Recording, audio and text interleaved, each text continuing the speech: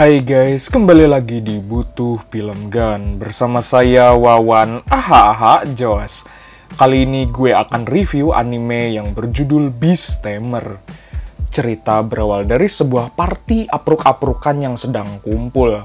Arios memanggil Rain, dan sebelumnya Rain bercerita kalau seorang Beast Tamer tidak cocok untuk ikut bertarung.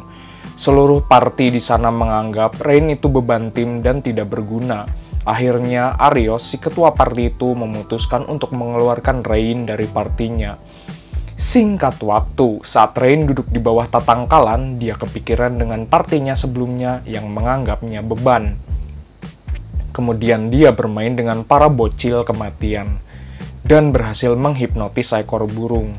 Diceritakan oleh bocil itu kalau party apruk-aprukan tersebut sudah mendapat sentimen negatif. Kemudian Rain pergi ke sebuah guild petualang untuk mendapat cuan. Dia akan bergabung dengan para petualang. Setelah itu dia mendapatkan misi pertamanya mengalahkan para goblin kopet. Tapi tanpa diduga, di balik ruyuk itu dia mendengar rintihan seorang bondon yang akan diserang maung. Seorang bondon itu berhasil menghajar maung tersebut sampai modal ke alam isekai. Rupanya bondon tersebut digoleprak kelaparan. Rain berkesempatan memberinya makan. Dia adalah Kanade, dan akhirnya si bondon itu berpetualang bersama Rain. Setelah berjalan apruk-aprukan, Kanade memutuskan untuk menjalin kontrak dengan Rain. Rain akhirnya mengumpulkan batu kali dan diserahkan ke guild petualang. Setelah menyerahkan batu kristal itu, Rain kembali menemui si bondon. Tapi tanpa diduga, ada pria hidung kecombrang mendekati si bondon. Dia pun terkejut setengah modal, karena pertama kali melihat ada ras kucing. Kemudian pria hidung kecombrang itu lalu menantang adu panco dengan Rain. Yang kalah akan mendapat bondon kesayangan Rain. Untung saja Rain pun berhasil mengalahkannya. Kemudian Rain dan Kanade sedang bercocok tanam. Di dalam ruyuk itu rupanya ada abah-abah yang disergap sekelompok beban keluarga. Rain dan Kanade mengatasi kelompok tersebut dan menolong si abah. Singkat waktu, Rain dan Kanade berjalan apruk-aprukan di ruyuk dan menemukan sekelompok lebah. Di sisi lain, party apruk-aprukan sedang riweuh mencari pengganti Rain yang lebih cocok. Setelah Rain berjalan apruk-aprukan, mereka menemui penambang yang ripuh diserang lebah. Setelah itu, di dalam goa ada sebuah monster naga kopet yang menyerang mereka. Rain pun turun tangan mengatasi monster tersebut. Kanade dan Rain akhirnya mendapatkan sebuah tempat menginap. Kemudian, Rain pergi ke guild petualang dan dia pun naik rank E. Kemudian, Kanade memaksanya untuk tidur bareng. Akan tetapi, Rain menolak karena baru saja mengenal. Tapi untung saja, dengan bujukan gabrutnya, Rain pun tidur bersama satu kamar. Di malam yang poek itu, Kanade kepikiran dengan rasa sakit hati Rain yang diusir dari party apruk-aprukan. Singkat waktu, pagi pun isu. Rain mendapatkan informasi kalau guild petualang ada sebuah misi ke sebuah benteng Takeshi, karena ada ancaman naga bondon. Setelah menunggu beberapa saat, akhirnya datang seorang bondon di hadapan mereka berdua. Dia rupanya adalah Tania. Kemudian kedua bondon itu saling beradu mekanik satu sama lain. Setelah beradu mekanik sampai mubui, akhirnya Rain pun memanggil dengan kekuatan Beast Tamer-nya. Akhirnya Tania pun diserang sampai dia pun digoleprak tak berdaya. Akhirnya pertarungan itu dimenangkan oleh Rain. Dan Tania pun menjadi satu tim dengan Rain. Saat di kota, Tania pun akan membuka identitasnya, namun dilarang oleh Rain. Di pinggir ruyuk itu, Rain pun akhirnya menjalin kontrak dengan Tania. Di ruyuk yang gatal itu, mereka sedang mencari slime tapi tidak ada. Kemudian Rain pun menggunakan kekuatannya untuk bertransformasi ke sebuah burung mencari slime. Akhirnya mereka bertiga menemukan sebuah tempat yang banyak slime. Untuk mengalahkannya, pertama Rain menggunakan sihir ngebleduk. Dia pun rupanya sampai kaget setengah modal karena kekuatannya begitu besar. Kemudian Tania mengajarinya untuk lebih bisa mengendalikan sihir ngebleduk. Setelah farming, akhirnya Rain pun mendapatkan hadiah yang cukup banyak. Di malam yang poek itu, mereka pun makan di sebuah restoran. Lalu Tania dan Kanade penasaran dengan cerita masa lalunya Rain. Di masa lalu, Rain hidup di sebuah kampung. Di kampungnya, warga di sana memiliki kemampuan untuk menjinakkan hewan. Dia pun juga sehari-hari berlatih sihir itu. Sampai di suatu malam yang poek, kampung halaman Rain dibakar oleh iblis psikopat. Dia pun berjuang dalam kehidupannya sampai ada sebuah party apruk-aprukan merekrut dirinya. Rupanya party itu hanya memanfaatkan dirinya saja. Tapi dari cerita itu, Tanya dan Kanade pun merasa bangga punya Rain. Singkat waktu, mereka pun farming lagi dan mengalahkan para goblin kopet. Di sore itu, Tanya dihampiri oleh bocil dan menanyakan apa yang dikalahkannya hari ini. Kemudian, Rain datang menghampirinya di sebuah jembatan. Singkat waktu, malam pun poek.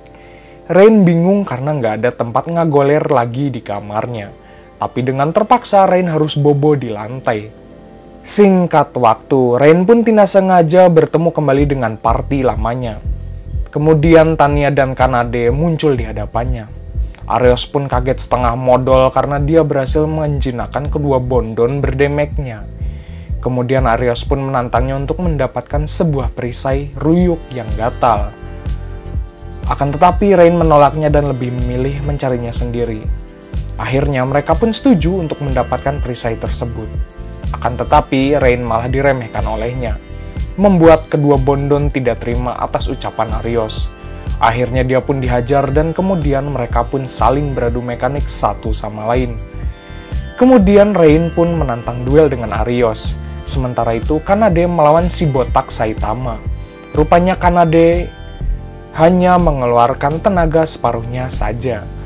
Meskipun begitu, si botak Saitama pun merasa ripuh setengah edan.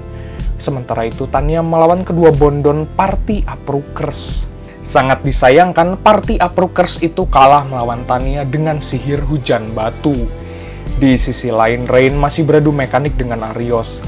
Hebat sekali, Rain sekarang bisa satset melawannya.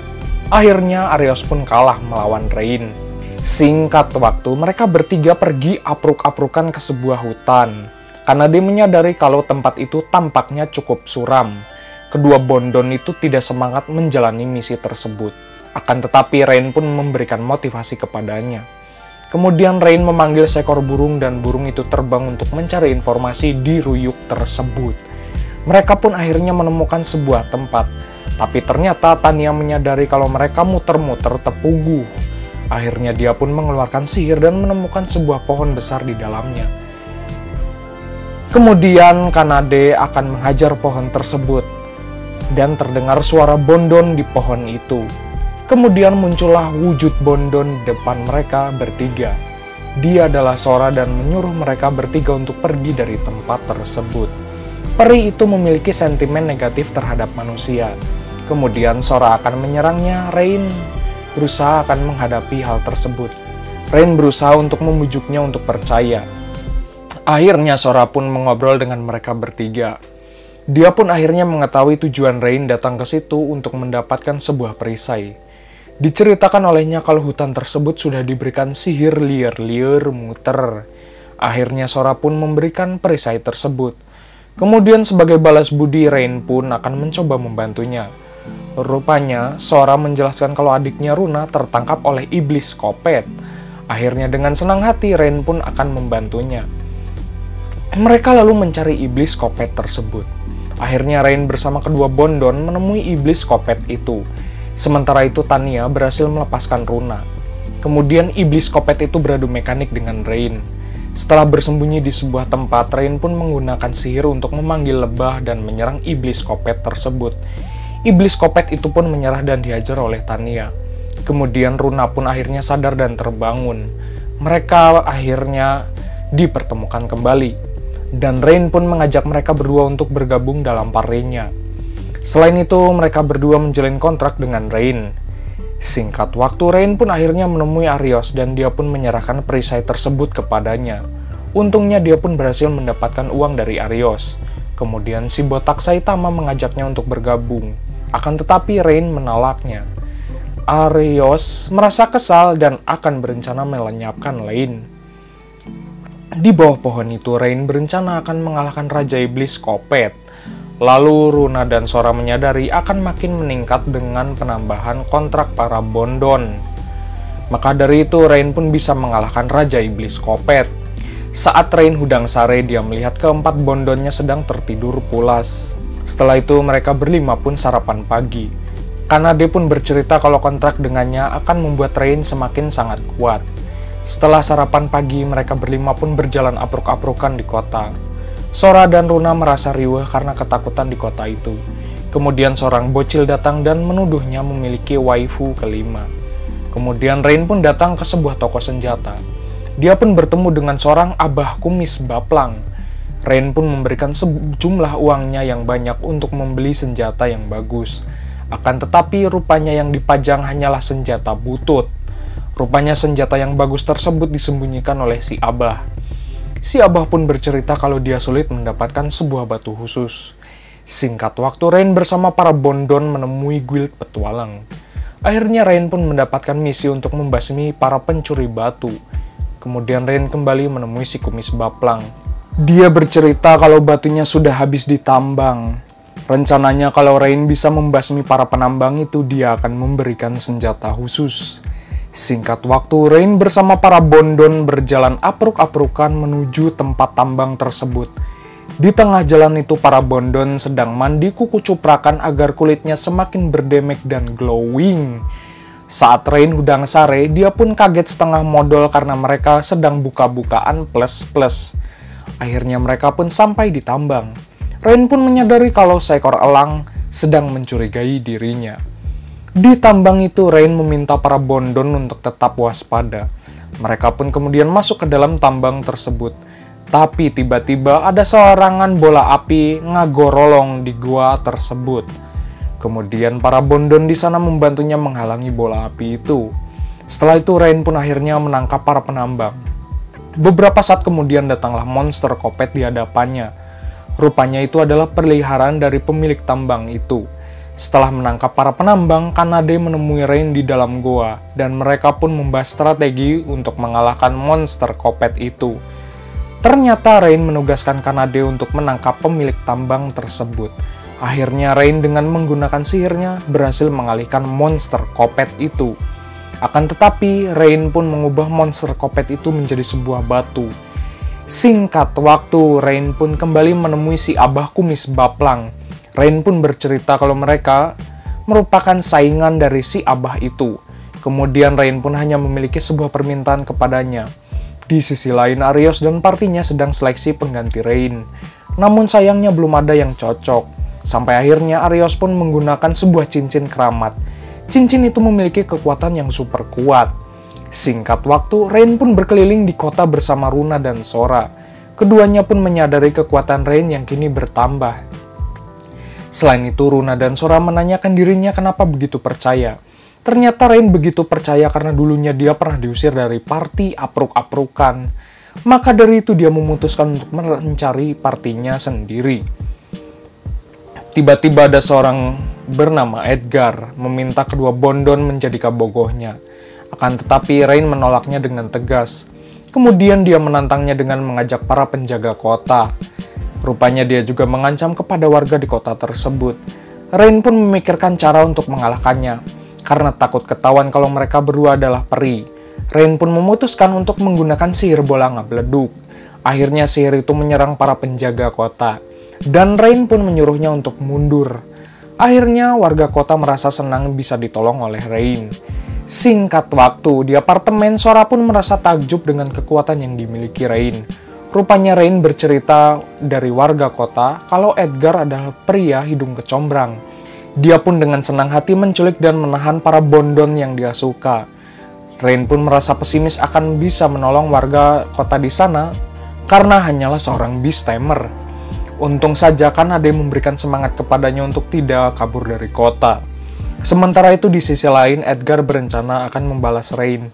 Edgar kemudian menghajar seorang Bondon di sebuah ruangan. Kemudian Rain menemui seorang kesatria Bondon. Dia pun kemudian meminta tolong kepada Kanade dan Rain. Untung saja Rain pun bersedia membantunya. Singkat waktu, malam pun poek. Mereka berdua menyiapkan pasukan untuk menyerang markas pemimpin kota. Di luar pintu itu, Sora dan Runa menyegel pintu dengan sihir es. Singkat waktu, Rain akhirnya mendapatkan sarung tangan dari si Abah Kumis Baplang. Rain dan kesatria Bondon itu mendatangi pemimpin kota dan beradu mekanik di dalam gudang. Sementara itu, Edgar bertemu dengan Arios dan mengabarkan kekacauan yang disebabkan oleh Rain. Di masa lalu, Nina saat lagi tidur di sebuah kuil. Ekornya begitu berkilauan dan disukai oleh para bocil. Sementara itu, Rain berencana akan masuk ke rumah penguasa. Akhirnya tawanan Bondon itu pun keluar dari tempat itu. Sementara itu di kota masih terjadi peraduan mekanik. Rain bersama Sora dan Runa pergi apruk-aprukan ke dalam goa. Kemudian Runa menggunakan sihir seperti yang dipakai Tania. Akhirnya mereka mendeteksi sebuah kekuatan sihir. Akhirnya Rain pun menemukan seorang Bondon yang terkurung. Rain pun akhirnya berhasil membebaskan dirinya. Sementara itu, Nina masih trauma atas kejadian sebelumnya karena dia ditangkap oleh pria hidung kecombrang. Rupanya kalung yang dipakainya memiliki kekuatan sihir. Rain yang akan membebaskannya, dia pun berusaha untuk melepaskan kalung tersebut dari Nina. Akhirnya dengan sekuat tenaga, Rain pun berhasil menghancurkan kalung tersebut. Sementara itu, Edgar bertemu dengan babehnya dan dia memintanya untuk kabur dahulu. Di sisi lain, Rain berhasil menyelamatkan Nina, dan dia pun bertemu dengan Stella pengharum ruangan. Tiba-tiba muncul iblis kopet di hadapannya. Karena hal tersebut membuat hariwang para Bondon, dijelaskan oleh Runa kalau sihir itu dapat menyebabkan kemodolan instan. Namun Edgar yang di atasnya bertanya-tanya kenapa Rain tidak mati dari serangan iblis kopet. Tapi tiba-tiba muncul sebuah Raja Iblis. Raja Iblis itu kemudian menampakkan diri. Dia pun pergi kabur ke Mahakarep. Setelah itu dia juga menitipkan pesan kepada Nina kalau dia akan kembali lagi. Akhirnya Rain bersama para Bondon menemukan Raja Iblis tersebut di kota. Tapi tanpa diduga, bertubi-tubi serangan itu masih dapat digagalkan oleh Raja Iblis. Kemudian Raja Iblis itu mengeluarkan serigala kopet. Karena ada yang mencoba menyerangnya, dia pun ditalapung dan mubui. Setelah itu Iblis kopet melemparkan rudal Iran ke kota. Tania pun berusaha menyerangnya dengan semburan api jigong miliknya. Menyadari rakyat di sana terancam, Sora dan Runa menggunakan sihir teleport untuk memindahkan warga. Kemudian si Bondon Stella berusaha membantu Rain. Tania pun masih lanjut dengan semburan jigongnya menyerang para serigala kopet. Di sisi lain, Sora dan Runa masih diragukan oleh warga sekitar untuk teleport. Tapi ada beberapa yang percaya dengannya dan ikut melakukan teleport. Sampai akhirnya warga di sana pun percaya dan ikut berteleport bersama Sora dan Runa. Para petualang pun ikut membantu Rain membasmi iblis kopet. Sementara itu, Tania sedang memikirkan cara untuk teleport instan. Kemudian Nina pun datang menghampirinya dan ternyata dia pun bisa menggunakan kemampuan tersebut. Akhirnya Rain pun bisa menghampiri iblis kopet tersebut di atas menara. Dia juga berhasil menghipnotis kalong wewe dan menyerang iblis kopet itu sampai modal. Di pagi yang isuk itu, Nina bersama Rain akhirnya menjalin kontrak. Kemudian mereka pun menemui Stella pengharum ruangan. Dia berencana akan menyuruh penguasa untuk membayar hutangnya. Setelah itu Rain curcol karena penginapannya sudah nggak muat. Kemudian Natalia akan memberikan sebuah reward rumah untuknya. Mereka pun berkeliling ke semua tempat. Sampai akhirnya di tempat terakhir Rain pun memutuskan untuk mendapatkan rumah tersebut. Diceritakan olehnya kalau rumah tersebut ada juri. Rain berserta Bondon masuk ke dalam rumah tersebut. Tiba-tiba muncul sosok Jurik di hadapan mereka. Jurik itu memaksa mereka untuk pergi dari rumah tersebut. Tapi untung saja Rain seorang Beastamer, dia pun bisa menjinakkan sosok Jurik. Rupanya sosok Jurik itu adalah Tina. Dia pun curcol kalau majikan sebelumnya adalah pria hidung kecombrang. Dia juga suka doyan adu gabrut dengannya. Akhirnya Tina pun menjadi rekan dari Rain. Sementara itu party yang dipimpin Arios saat akan meminta jatah preman, mereka mendapatkan hujatan dari warga sekitar. Karena menurut warga, mereka adalah menjadi beban kota. Arios pun ngambek saya dan edannya. Akhir cerita, pada saat makan malam itu, Rain pun mengenang masa lalu yang begitu kelam dari party apruk-aprukan. Mereka pun lalu mabar alias makan bareng. Anyway, cukup segini pembahasan ceritanya. Sampai jumpa di video berikutnya. Bye-bye.